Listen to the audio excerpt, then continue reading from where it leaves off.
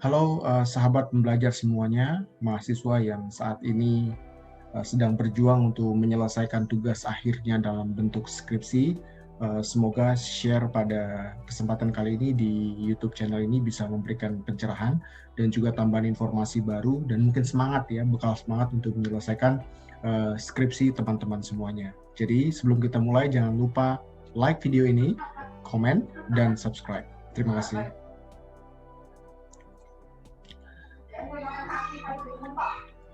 Baik, kali ini kita akan membahas tentang state of the art atau SOTA dalam penelitian.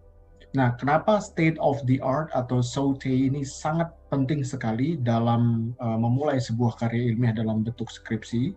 Karena memang kalau kita melihat dari kerangka kualifikasi nasionalnya bahwa seorang yang menempuh pendidikan S1 harus mampu mendeskripsikan sebuah jalan penelitian dan dia mampu melaksanakan prosedur ilmiah di dalamnya dan memberikan tambahan atau kontribusi di dalam kanzana diskursus ilmu pengetahuan sesuai dengan bidang ilmu dan disiplinnya masing-masing.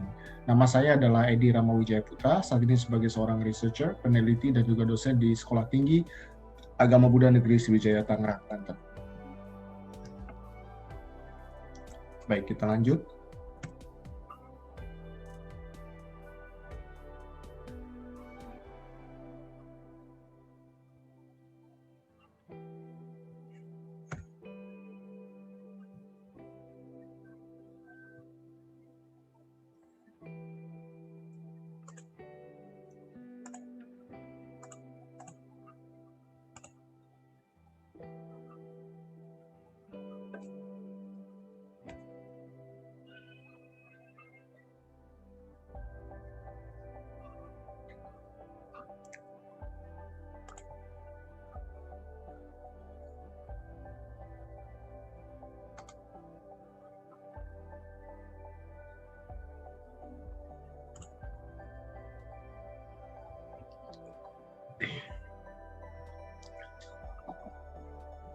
Baik, sebelum kita memahami dan mendiskusikan lebih lanjut tentang apa itu state of the art atau SOTA, terlebih dahulu kita membahas dasar epistemologi atau kenapa state of the art itu menjadi bagian yang penting untuk kita pahami, yaitu berawal dari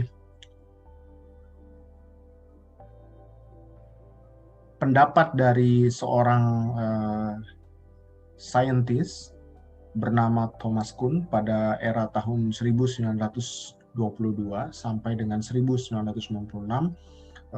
Thomas Kuhn ini mengetengahkan yang disebut dengan the Kuhn Cycle.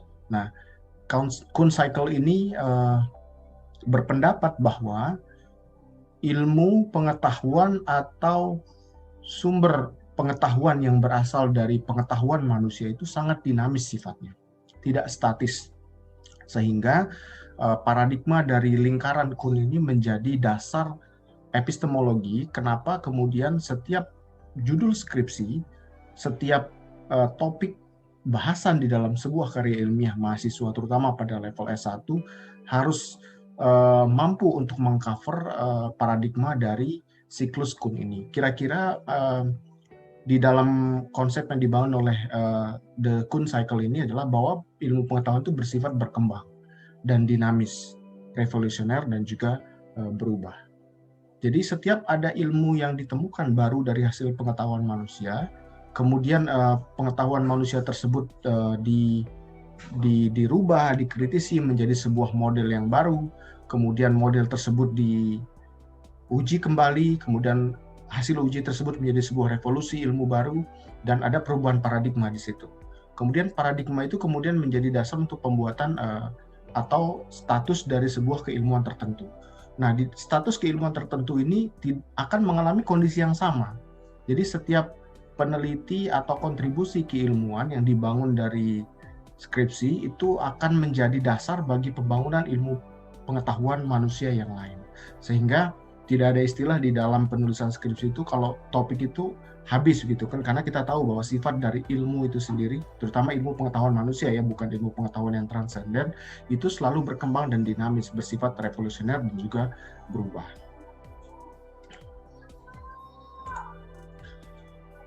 Nah, kalau kita melihat pengertian secara bebas di Wikipedia contohnya ya, bahwa state of the art ini diartikan sebagai sometimes cutting edge or leading edge, refers to the highest level of general development as of a device, technique, or scientific field achieved at a particular time. However, in some contexts, it can also refer to the level of development reached at any particular time as a result of common methodologies employed at the time.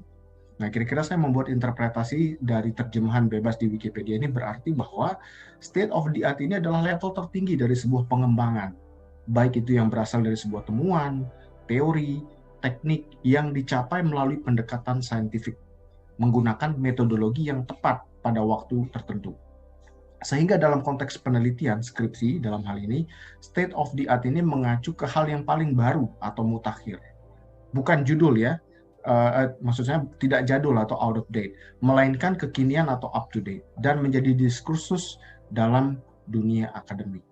Nah, ini sebabnya kenapa di dalam proses penulisan skripsi yang diakui sebagai salah satu karya ilmiah, wajib melampirkan atau menggunakan pendekatan prosedur ilmiah yang diakui, yang kita tulis mungkin lebih banyak di dalam metodologi di bab 3, kalau dalam struktur penelitian atau penulisan skripsi di Indonesia.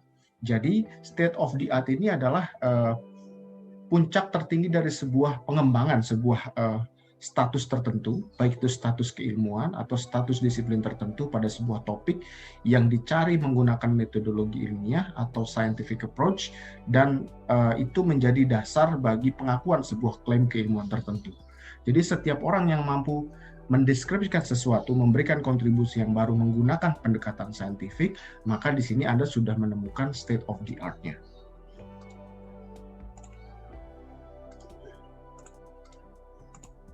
Baik, nah pertanyaannya sekarang adalah dari mana sih kita mendapatkan state of the art itu? Tentu tidak datang setelah minum kopi atau setelah kita ngobrol-ngobrol dengan teman, tidak, tetapi berdasarkan dari hasil mencari secara sadar, ya, membaca penelitian-penelitian terdahulu atau previous studies pada apa? Pada artikel jurnal penelitian atau pada hasil laporan penelitian sebelumnya. Karena mungkin ada yang sudah dipublikasi secara luas, ada yang masih berbentuk preprints atau repository di kampus secara terbatas atau digitalisasi di lingkungan kampus saja. Yang jelas, dari manapun asal atau source kita mengambil membaca hasil-hasil riset atau penelitian ini harus berdasarkan dari penelitian terdahulu atau previous studies. Nah, ketika dalam proses pencarian sebuah topik yang kita yakini sebagai sebuah fenomena yang akan kita angkat atau topik yang akan kita explore di dalam penulisan skripsi kita menggunakan kata kunci tersebut untuk mengeksplorasi sejauh mana pengembangan keilmuan yang dilakukan oleh peneliti-peneliti sebelumnya atau orang-orang yang menulis tentang topik atau kajian ini. Misalnya ya, saya sering memakai Science Direct ya untuk mencari pengembangan keilmuan mengenai topik yang akan saya bahas. Misalnya saya mengetik kata kunci di sciencedirect.com menjadi sebuah situs formal dan legal oleh Elsevier atau Scopus untuk mengeksplor penelitian. Ada yang gratis, ada yang open access ya. Misalnya saya mengklik kata Buddhism di situ sebagai keywords atau kata kuncinya. Maka saya bisa menemukan berbagai macam hasil penelitian, hasil eksplorasi sebelumnya yang dilakukan oleh penelitian sebelumnya. Karena ini pasti sudah terpublish, maka penelitiannya sudah dilakukan untuk area yang saya ketik ini, misalnya Buddhism. Nah, bagi Anda yang menulis skripsi di bidang sesuai dengan S1-nya apa latar belakangnya, ya silakan topik mana yang disuggest atau yang menjadi ketertarikan atau research interest masing-masing. Sejauh mana kemudian hal tersebut dibahas, diteliti, dieksplorasi, didebatkan, bahkan menjadi sebuah diskursus keilmuan di tengah diskursus akademik yang muncul di sumber-sumber penelitian. Nah, saya menggunakan Science Direct ini karena kita bisa membatasi waktu penelitian ini dilakukan. Misalnya di dalam menu years atau refined by, kita bisa membatasi Nah, biasanya untuk penulisan tesis atau disertasi atau skripsi dalam hal ini ada batasan waktu ya 5 tahun atau 6 tahun ke belakang. Sehingga Anda bisa membatasi, kalau sekarang tahun 2021 maka hasil penelitian yang bisa dipakai untuk menjadi previous studies-nya adalah minimal pada tahun 2015 atau 2016 jika dibuat 5 tahun ke belakang begitu kan. Nah, kemudian ada juga situs namanya neliti.com. Ini merupakan repository ya, ada yang sudah terpublikasi di OJS, ada yang belum, ada yang baru berbentuk PDF yang sudah disahkan oleh Dewan Penguji. Juga kita bisa mencari kata kuncinya di sini. Di sini mungkin perbedaannya kalau di Science Direct karena memang digital library dari Elsevier, maka mungkin yang sudah terindeks di jurnal-jurnal terindeks Scopus. Tapi kalau beda di Neliti ini karena ini bersifat lokal Indonesia, maka penelitian dari skripsi tesis yang belum terpublikasi juga ada di sini. Yang jelas banyak sumber selain ini, ada free pdffull.com, ada Sinta sekarang menjadi rujukan nasional, dan juga ada Garuda dan lain sebagainya. Anda bisa mencari di sumber-sumber online tersebut tentang sejauh mana topik atau area penelitian ini sudah diteliti sebelumnya, sehingga kita tidak out of date tadi itu ya, tidak ketinggalan. Nah, kenapa gunanya kita mencari previous studies ini? Karena kita ingin melihat tadi itu ya, apakah ini sudah dijamah belum, apakah ini sudah disentuh belum. Sehingga nanti bahasa kita, begitu kita selesai mereview penelitian sebelumnya, kita bisa menempatkan ini loh posisi saya di dalam diskursus keilmuan di topik ini, atau ini loh kontribusi saya di bidang penelitian. Ini nanti akan berhubungan dengan metodologi penulisan secara utuhnya. Kenapa? Nanti kan Anda menulis yang namanya significance of the studies atau manfaat dari penelitian. Nah, manfaat penelitian ini biasanya S1 ada 2 ya, manfaat secara teoretik dan manfaat secara praktis. Dan mungkin kalau di penelitian-penelitian kependidikan ada yang disebut dengan pedagogical implication atau implikasi secara kependidikannya seperti apa. Nah, ketika kita sudah mampu mengidentifikasi, oh ternyata development-nya hanya sampai di sini nih topik ini, maka kita mungkin akan masuk ke dalam pengembangan yang paling tinggi. Atau ini terlalu sedikit misalnya kan, maka kita ingin menambahkan kontribusi kita terhadap penelitian tersebut. Nah, itu sebabnya kenapa kita penting untuk mencari previous studies atau penelitian sebelumnya tadi itu.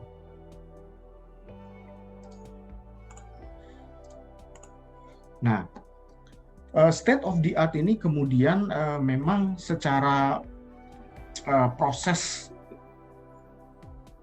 ilmiahnya memang kita meninjau pustaka dulu. Kita tadi itu ya proses mencari, mengidentifikasi, membaca, kemudian memahami topik-topik penelitian yang sudah diteliti sebelumnya. Sehingga kita benar harus membaca ya, semua harus dari membaca atau extensive reading, membaca yang banyak. Nah, tentu kalau soal extensive reading ini semua punya kecepatan masing-masing atau punya tips dan trik sendiri bagaimana cara membaca yang cepat untuk memahami sebuah laporan karya ilmiah di dalam bentuk jurnal dan lain sebagainya tadi itu. Nah, dengan kita meninjau atau mereview penelitian sebelumnya, kita mendapatkan satu hal yang paling baru. Nah, satu hal yang paling baru inilah yang disebut dengan gap teoretik. Kenapa gap teoretik? Karena memang kita melihat adanya diskrepansi, adanya jarak, atau adanya sesuatu yang perlu kita masuk di dalam lubang kecil itu menjadi sebuah gap teoretik. Nah, gap teoretik ini menuntun kita untuk membuat desain metode penelitian kita. Jadi, setelah kita mendapatkan gap teoretiknya, setelah melihat adanya peluang atau sesuatu yang perlu dikembangkan yang paling tinggi di situ, kita kemudian menentukan desain metodenya seperti apa yang akan kita tulis di bab 3 atau biasanya kita sebut dengan metode penelitian. Nah, karena sifat dari masing-masing disiplin keilmuan dan karakteristik bidang ilmu itu berbeda satu dengan yang lain, maka disinilah letaknya kenapa metode itu ditetapkan belakangan setelah melihat latar belakang masalahnya atau tinjauan pustaka sebelumnya. Baik kita menggunakan pendekatan fenomenologis, pendekatan empirik, atau pendekatan pengalaman, kita bisa menentukannya setelah melihat apa nih yang perlu kita kembangkan setelah membaca jurnal-jurnal penelitian yang sudah kita baca tadi itu. Nah, setelah kita menentukan desain metode, kemudian kita menetapkan metode penelitian, dan pada akhirnya menentukan instrumennya. Nah, tiga langkah ini yang kita sebut sebagai bagaimana menerjemahkan state of the art ke dalam desain penelitian kita. Jadi biasanya kalau mahasiswa S1 itu ya biasanya nanya judul skripsi apa, sebetulnya itu nanti. Karena judul skripsi itu hanya tinggal diramu saja, hanya tinggal dikonseptualisasi saja redaksinya. Ketika kita sudah ketemu ini ya, state of the art ini. Karena apa? State of the art ini adalah apa ya, kalau kita melihat jangkarnya, kalau kita membangun sebuah bangunan, ini adalah cakar ayamnya dulu.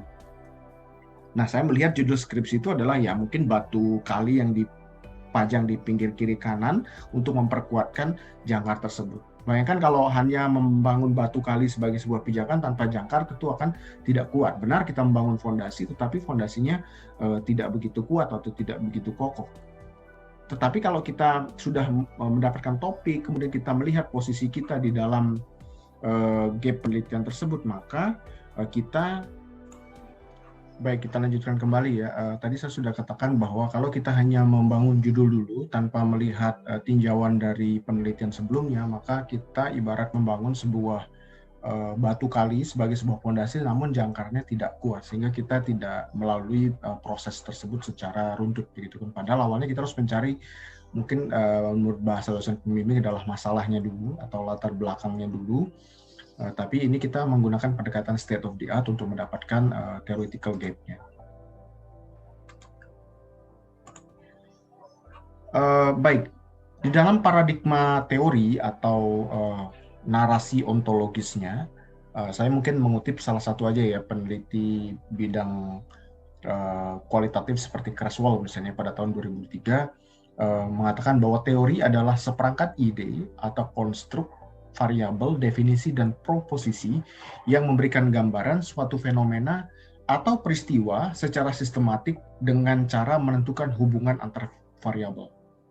Nah, kalau kita melihat dasar definisi dari Creswell tersebut, jelas di sini bahwa bentuk teori itu tidak harus berupa sesuatu yang ditemukan, enggak, tetapi berupa argumentasi atau proposisi, di mana posisi kita terhadap suatu fenomena tertentu.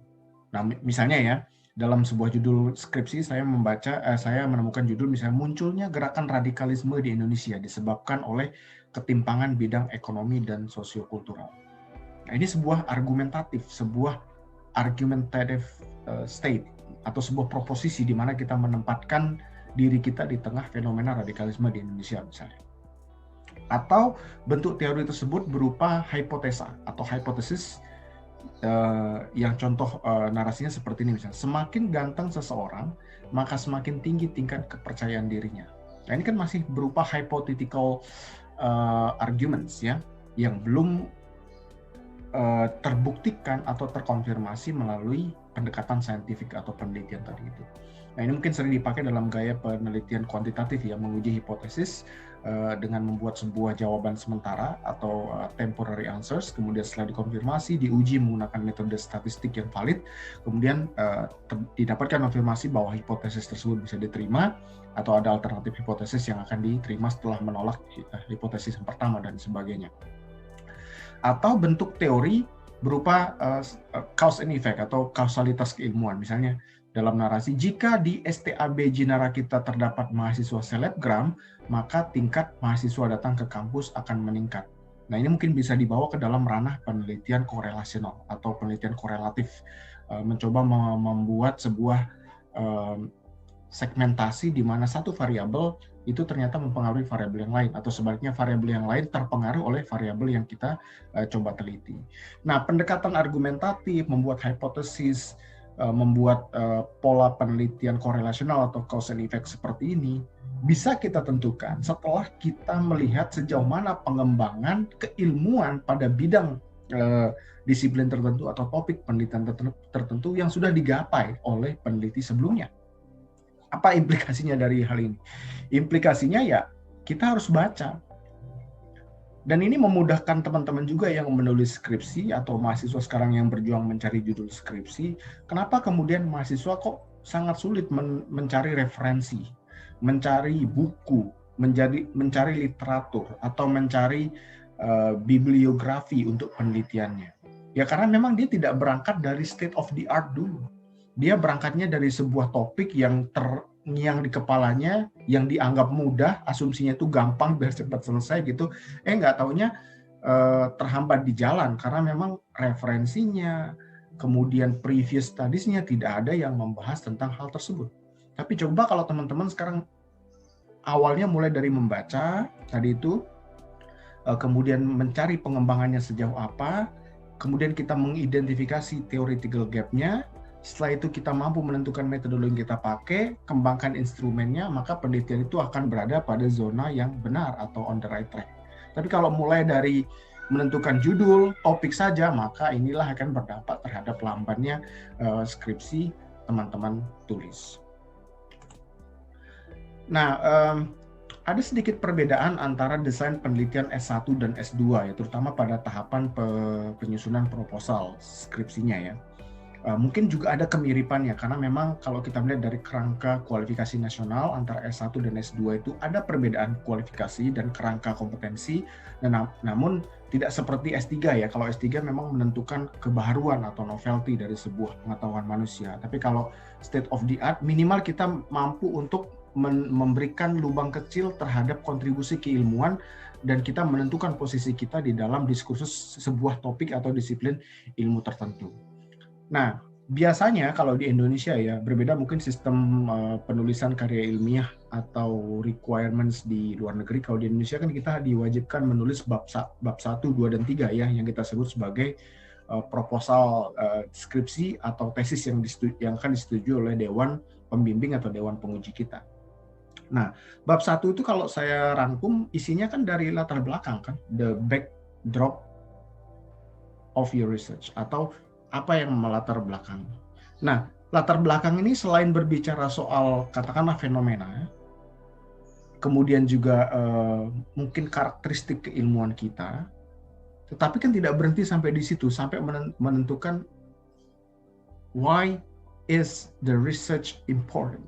Kenapa hal itu penting untuk diteliti? Nah, untuk menjawab kenapa hal itu penting untuk diteliti, kita menjawabnya dengan alur dari state of the art tadi itu. Bahwa setelah saya membaca jurnal penelitian yang dilakukan oleh A, B, C, D, saya melihat bahwa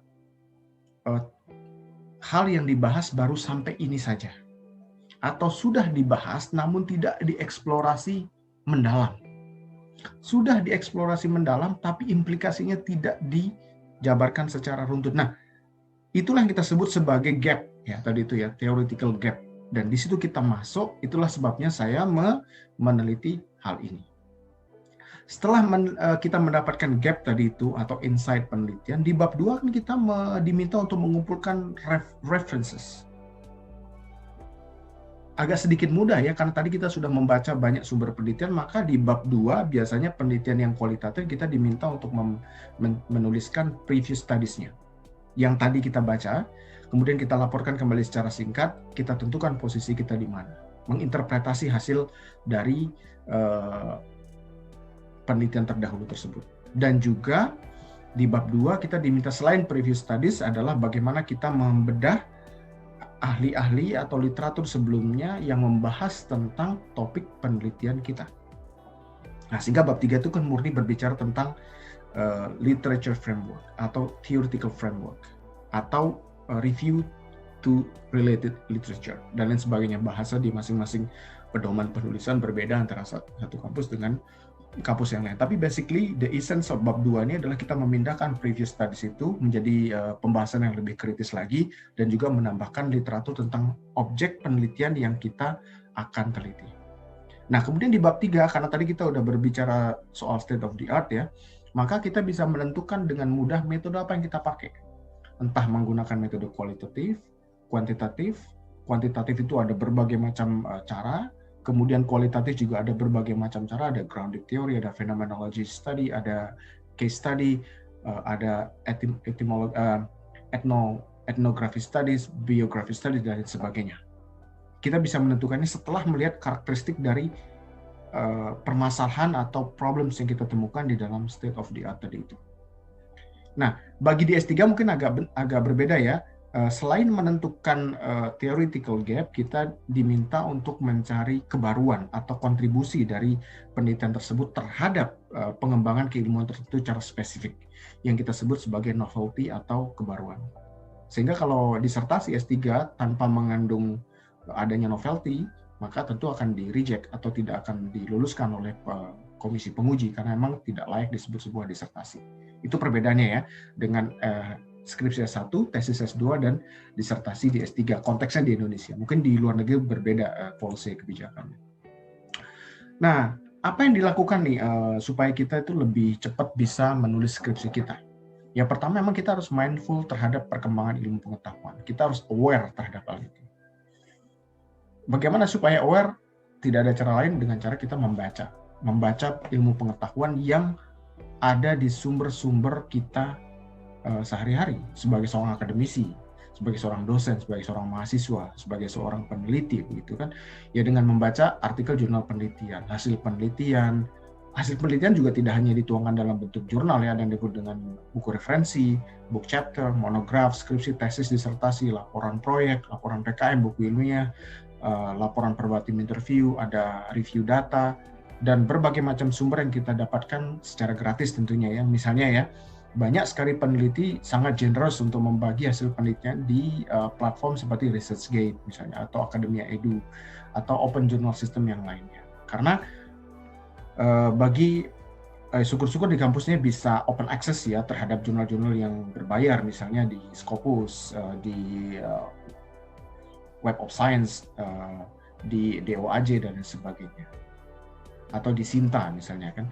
Nah, ini mendorong kita supaya kita lebih arif atau bijak menggunakan kuota yang kita punya ya untuk ya mencari sumber-sumber penelitian. Ingat kalau sudah mahasiswa akhir, mahasiswa semester 6, 7, 8 dikurangi tuh bersosial medianya, main game online-nya atau aplikasi-aplikasi yang bucin dan sebagainya, bermigrasi untuk mencari sumber referensi untuk menunjang penulisan skripsi kita. Kalau kita mau lulus cepat, kalau kita mau proyek skripsi kita tepat pada waktu selesai, maka tidak ada cara lain. Kita harus menghemat waktu kita mulai dari semester 6, 7, 8 itu untuk mencari ini, menyiapkan jauh sebelumnya, membuat indeks tersendiri, kita mengumpulkan referensi itu, maka akan jauh lebih cepat selesai daripada yang menunggu saat dibimbing saja untuk melakukan atau waktunya terbuang sia-sia. Nah, kapan dan bagaimana kita mulai meneliti ini? Ini pertanyaan awkward sekali ya. Sebetulnya hubungan antara pembimbing skripsi dengan mahasiswa itu hanya hubungan emosional saja, bukan hubungan seperti seorang dokter dan pasien gitu kan. Anda tidak sedang sakit yang harus dimintakan resepinya kemudian diprescribe oleh tuntunan atau pembinaan tertentu sehingga Anda bisa sehat, enggak. Hubungan Anda adalah hubungan emosional. Apa artinya hubungan emosional?